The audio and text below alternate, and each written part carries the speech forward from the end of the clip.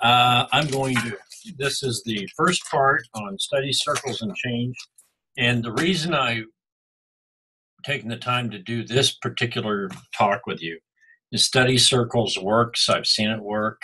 It allows students, high school students, to be part of the solution and to work with adults in their community. You talk about something that brings about leadership. Working and having young people have an opportunity to facilitate study circles and to help organize these, it does a world of good for leadership. It's not something leadership on a sports team or leadership inside the school on a school council, student council. It's leadership in the community. It's something very extraordinary, really. What are they? Well, the purpose of study circles is to create a common level of trust among diverse groups in the community. And it does this by bringing people together who normally don't even talk to each other because they don't see each other. The people you're bringing together are not the leaders of the community. They're not the city council. They're not the school board. They're not any of these groups, because these are people who are used to being in charge and being in power. In fact, it does the reverse. It actually basically kind of puts a muzzle to them. They can participate. They're not prohibited from participating, but they're not allowed to come in and dominate and say, well, I'm the superintendent, da-da-da-da. That isn't, you don't walk into the study groups with your title. That's not part of the deal. So you really discourage people like that from even being a part of the study circle, unless they understand that they have to turn the ego off and they have to walk in and just maintain themselves. Study circles comes from a website, everydaydemocracy.com. I think it's .com. You've got it on your, I've sent you some of the stuff from it. But it starts out with a question, and you start out in a large group because you bring a diverse group of people together, people from all walks of life, people that are poor, people that don't speak English as first language, people that are older and don't have kids in school, not just parents. You don't just bring in the PTA group, or you don't just bring in, like I said, teachers or people that are generally in control or somehow curriculum directors of the school. You don't bring in the chief of the police, but you might bring in some policemen, you know. You want to cast the net wide and get diversity. In this particular case, the diversity means different jobs in the community, different levels of, some people are more obviously wealthier, but you want to have unusual combinations, and you want to have those individuals that come in here. You do not have a selected set of problems that we're going to work on. You let them come together like putting a stew together, and then they create their own flavor. They create their own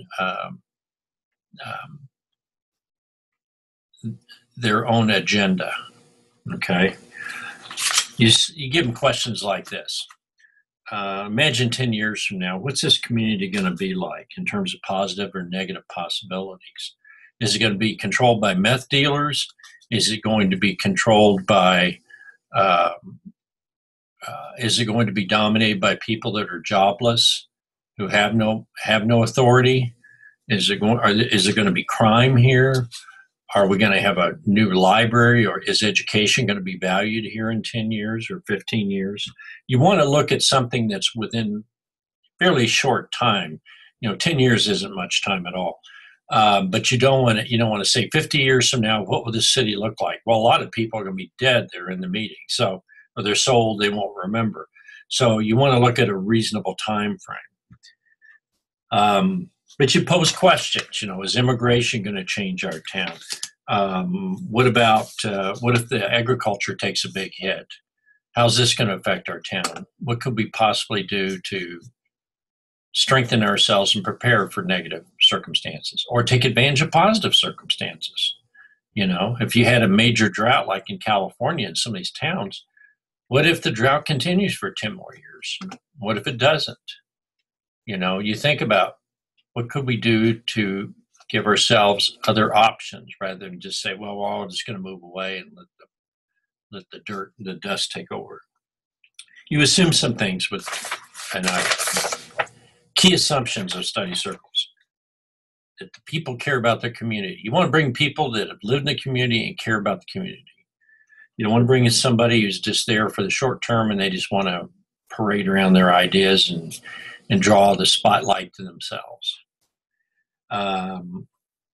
You know there are complex problems, but you want to look at what issues concern people, and then you want them to work gradually toward what those solutions are. As I mentioned, the agenda is not set. When you say we're going to have study circles, of course, you have to do some training, get ready to how to pull this off. I've given, you know, you can go to the site and they'll do training for you. You might want to come up with some money, not a lot, a couple $1,000 or something, to get ready to do one of these events. Emphasis is placed on getting a diverse group of people together, and they eventually will be in smaller groups, and they will focus on talking to each other and listening to each other. If you do not get people to participate in the study groups, then if there is a solution, you're not going to have many people want to help, you know? So people have to believe in it. That means you have to have translators, you have to have respect when people have different perspectives, get their time to speak, and you write it up. And you also get facilitators. And in our case, we had high school students. And one of them is Brenda de Leon, who's the one you can hear on the audio tape I interview about this. That's been several years ago. She's now a dual language teacher in a Spanish-English program. And I think it's a charter school in Denver. And it's kind of an interesting school because one half of the school is English-Spanish and the other half is English-Chinese. You don't see that very often. What are some of the features of study circles? Well, you are going to start off with a big kickoff, and I'll talk about that a little bit. But it's basically groups of 8 to 12 people, maybe 3 groups meeting a night or 4, whatever. And they focus on talking to each other, dialogue, you know. They know each other's first name. They you know, develop a relationship there. There's kind of an example many years ago in Atlanta, Georgia, during the civil rights conflicts. People began to decided they wanted to try to help build communication between the communities, especially African American and white. And so what they did is they went to the business people that were African American and business people that were white. They said every month we're going to have a noon luncheon somewhere, one of the different restaurants, different parts of town. We're going to sit down and just talk to each other. And it is amazing what came of that. People talking to each other that normally never had any reason to interact except maybe at a big meeting or a city meeting or something.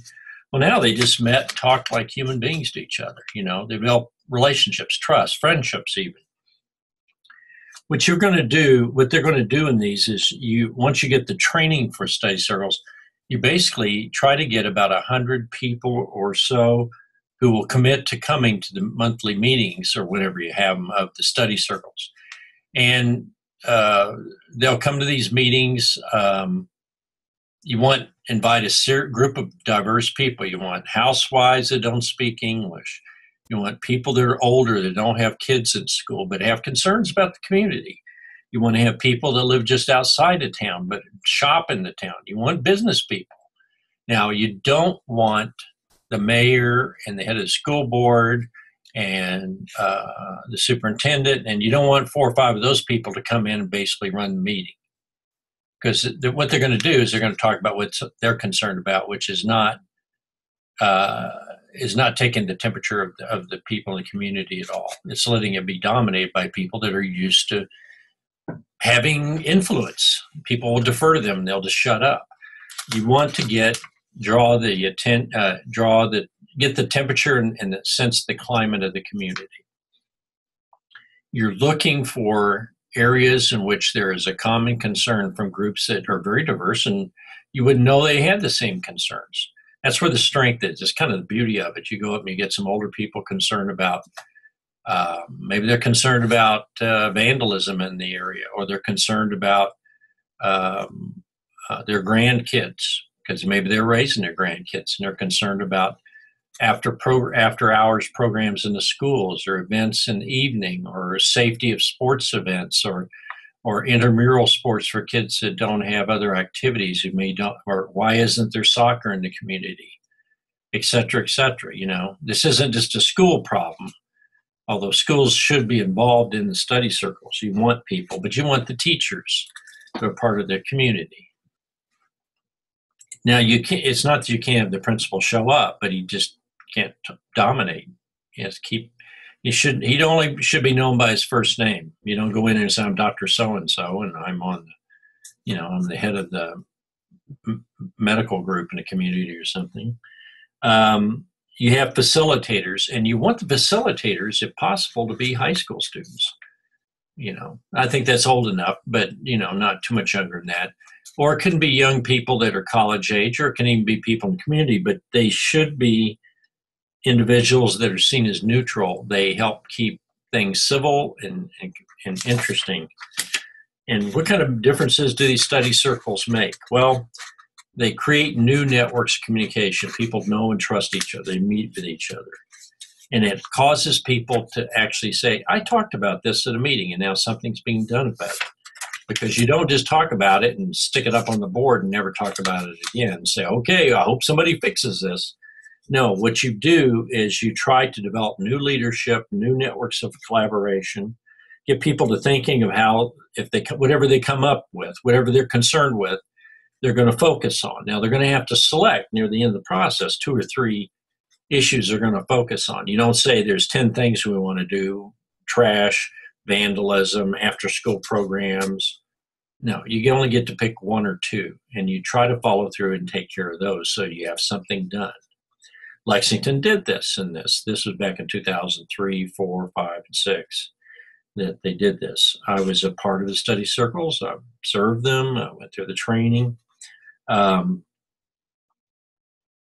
as I mentioned, you do not know what the study circles are going to do. You have a diverse group. They may come up with some concerns that you never thought of. That's why you don't want to have people coming in with their issues like, we need to pass the bond program or the bond issue or something. If we do that, then that'll solve all these other problems. Well, that's not true. People don't even know what a bond is. Some of them really don't, depending on where they're from. And so you don't want to waste several superintendents ago in Lexington. We had some bond people come. The superintendent came in, promoted the bond. It's like we gave him a little advertising so he'd get out of there. Okay, we're glad that you participated, but now get out of here, because we're going to try to get regular people to get involved. This is democracy with a small d. So the first step is you create some of these study groups, and you basically have the big, you create these study circles after you have the big kickoff, and people come up with some things they might be concerned about. And then the study circles actually kind of grind this down and say, what are you really concerned about? We could have started out with drugs in affecting families, or problems with welfare, problems with a lack of after-school programs, lack of facilities or technology for ESL kids, English language learners, homeless issues in the community. How do we get parents to go to parent-teacher meetings? And that might really involve close connection with the school. Immigration's impact on the community could have to do with pollution. What if some plant left a lot of chromium in the soil, or their water is bad, or they're spraying from insects and people are getting a reaction to it or something, mosquitoes, or if there's an issue with violence or an issue with domestic abuse. This could cover almost anything. So you can see that study circles are it's like you let the tiger out. You don't tell the tiger where it's going to go. You have to follow it wherever it goes. That's what makes this interesting. It's not a canned deal. You might have some people that are available, who are experts on something like, the quality of the water in town, or chlorination, if that's still going on. Let's hope not. but it could be racism, it could be zoning in the town, it could be the lack of a good relationship between the police and the community, or between different groups in the community. It could be, I'm just giving you a lot of potential options for this. And you want to find a coordinator. You want to figure out, do you want to focus these study groups in a particular part of town? Lexington's town of 5,000 at the time. Now it's 10,000. But we pretty much, we knew we'd get diversity with Hispanic and white. Now, of course, in Lexington now, we'd have a large African population. I mean, not African American, although that's their small bit, but people from Somalia and Sudan and Liberia and etc. Islam, we have Muslims in town, so that if that were an issue, we'd look at that. You need a little budget. You might want to get a mini grant. You might go out and get a few bucks. If you do the what I call the initial big group meeting, just to kind of kick it off and get people interested and get some publicity. You got to have people who are good at propaganda. I mean, they get publicity, PR, and they get people involved. And then when you get these study circles going from the large groups, you got to, each facilitator has to really know the people in these study circles and say, I'm going to call so-and-so, or I'll get somebody who speaks their language to call them, say, can you please come? Can you please come on Thursday night if that's the night or whatever? And, if everybody gets a flu, then maybe you reschedule, et cetera, et cetera. So it's very hands-on and individual. And I love it. I think the next tape I just finished, I did this and then I did the second one, but then the first one didn't go through the process on Zoom. It didn't save it, so I am doing the first one again. I think I stopped at this, which is the step 5, the kickoff, and I think that's where I started this last one. But basically, what it is you cast the net out widely for different types of people, and you get their opinions on what needs to be done in town.